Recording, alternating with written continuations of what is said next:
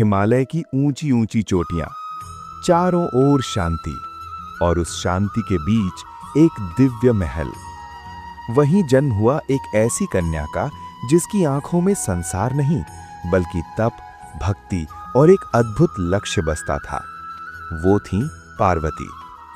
बचपन से ही पार्वती का मन किसी खेल में नहीं लगता था, ना ही उन्हें राजमहल की सुख सुविधाओं में कोई रुचि थी। वो अक्सर एक कोने में बैठकर आंखें बंद कर किसी अदृश्य शक्ति का ध्यान करती रहती थीं। उनकी माँ कई बार पूछती, बेटी तुम क्या सोचती रहती हो? पार्वती बस मुस्कुरा देती, लेकिन उनके हृदय में एक ही नाम गूंजता था, शिव शिव शिव। एक दिन का अद्भुत परिवर्तन। एक दिन महल में एक महान ऋषि आए। उनकी दृष्टि बहुत गहरी थी, जैसे वो किसी के भी मन को पढ़ सकते हों। उन्होंने पार्वती को देखा और मुस्कुराए। हे कन्या, तुम्हारा भाग्य बहुत महान है, परंतु तुम्हें अपने लक्ष्य को पाने के लिए कठिन तप करना होगा। ये शब्द पार्वती के हृदय में उतर गए। अब उन्हें अपने जीवन का उद्देश्य स्पष्ट दिखने लगा। तपस्या का आरंभ। अगले ही दिन राजमहल की सारी सुख सुविधाएं छोड़कर पार्वती जंगल की ओर चल पड़ी। कोई डर नहीं, कोई संकोच नहीं, बस एक अटूट विश्वास। शुरुआत में उन्होंने केवल फल खाए, धीरे धीरे उन्होंने फल भी छोड़ दिए। अब वे केवल पत्तों पर जीने लगीं। फिर एक समय ऐसा आया जब उन्होंने पत्ते भी त्याग दिए। अब वे केवल वायु पर जीवित थीं। प्रकृति की परीक्षा। जंगल में कभी तेज धूप पड़ती, कभी मूसलाधार बारिश होती, कभी कड़ाके की ठंड, लेकिन पार्वती अडिग खड़ी रहीं। उनका शरीर कमजोर होता गया, चेहरा सूखने लगा, लेकिन उनकी आंखों में जो चमक थी वो और तेज होती जा रही थी। माता पिता की व्यथा।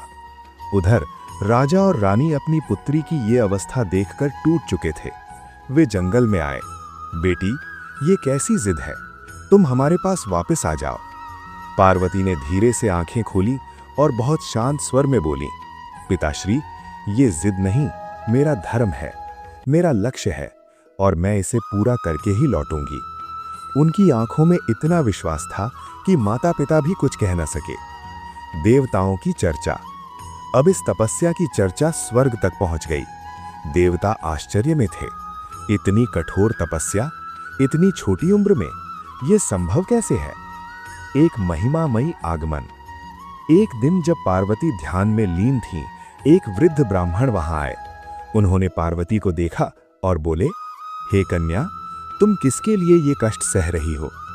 पार्वती ने आंखें खोली। मैं शिव को पाने के लिए तप कर रही हूं। ब्राह्मण हंसे। वो शिव जो भस्म लगाते हैं, जो शमशान में रहते हैं, जिनका कोई ठिकाना नहीं, तुम उनके लिए अपना जीवन नष्ट कर रही हो? अडिग प्रेम। अब यहां कथा का सबसे सुंदर क्षण आता है। पार्वती मुस्कुराई। उनकी आंखों में कोई क्रोध नहीं, बस गहरा प्रेम। आप शिव को नहीं समझते। वो केवल एक योगी नहीं है, वो स्वयं सृष्टि के आधार हैं। मेरा प्रेम सच्चा है और मेरा तप भी। इतना सुनते ही अचानक वातावरण बदल गया। हवा थम गई, आकाश में प्रकाश फैल गया, और वही ब्राह्मण अपने वास्तविक रूप में प्रकट हुए।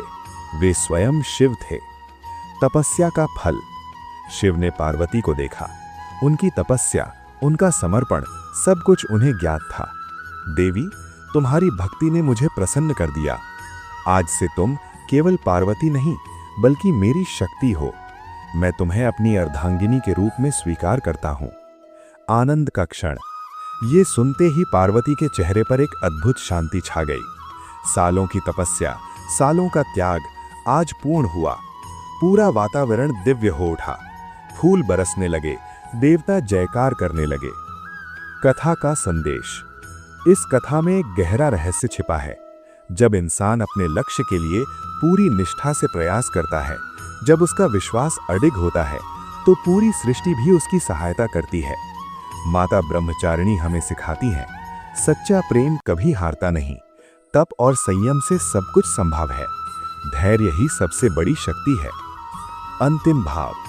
तो जब भी जीवन में कठिनाई आए, जब रास्ता मुश्किल लगे, तो आंखें बंद करके याद करना उस माँ को जो वर्षों तक बिना कुछ खाए केवल अपने विश्वास के सहारे खड़ी रहीं और अंत में सब कुछ पा लिया।